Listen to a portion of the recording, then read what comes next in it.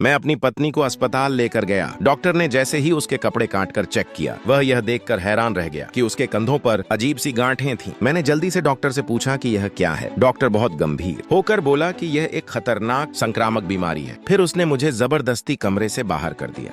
लेकिन मुझे क्या पता था कि जैसे ही मैं बाहर गया, डॉक्टर ने अपना मास्क उतारा और डरावनी मुस्कान दी।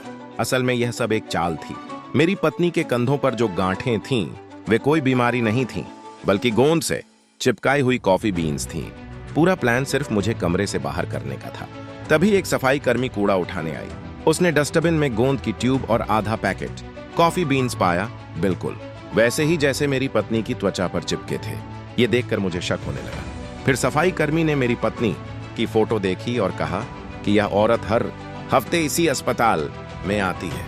पहले तो मैंने विश्वास नहीं किया, क्योंकि मैं पहली बार उसे यहाँ लाया था।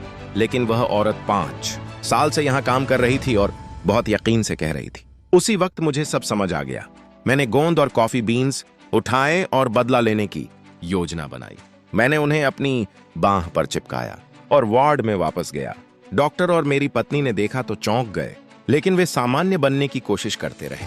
डॉक्टर ने कहा कि मैं अस्पताल का गाउन पहन लूं और वह मुझे जल्द ही चेक करेगा। फिर वह मेरी पत्नी को लेकर बाहर गया ताकि अगला कदम तय कर सके। पत्नी घबराई हुई थी, लेकिन डॉक्टर ने उसे भरोसा दिलाया कि वह मुझे नींद का इंजेक्शन देगा और जैसे ही मैं बेहोश हो जाऊंगा, मेरी बांह से कॉफी बीन्स हटा देगा।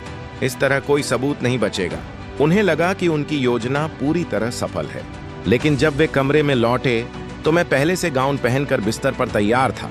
डॉक्टर ने जैसे ही सुई निकाली, मैं अचानक उठ बैठा और कह दिया कि मुझे उनका राज पता चल चुका है। वे लोग मानने को तैयार नहीं थे।